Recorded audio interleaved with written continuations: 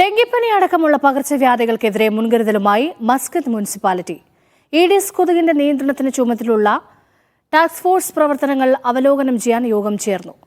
ഈ വർഷം ഡെങ്കി കേസുകളിൽ കുറവുണ്ടായതായി യോഗം വിലയിരുത്തി. മസ്കത്ത് മുനിസിപ്പാലിറ്റി ചെയർമാനും ടാസ്ക് ഫോഴ്സ് മേധാവിയുമായ അഹമ്മദ് ബിൻ മുഹമ്മദ് അൽ ഹമീദിയുടെ അധ്യക്ഷതയിലായിരുന്നു യോഗം.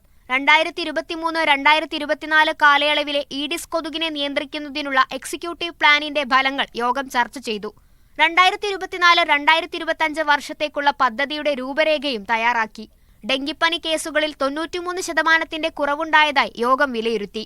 കൊതുക് പെരുകുന്ന സ്ഥലങ്ങൾ ഇല്ലാതാക്കുന്നതിനായി 69,000 വീടുകളും സ്ഥാപനങ്ങളും സന്ദർശിച്ച് നടപടികൾ സ്വീകരിച്ചതാണ് ഈ വിജയത്തിന്റെ പ്രധാന കാരണം.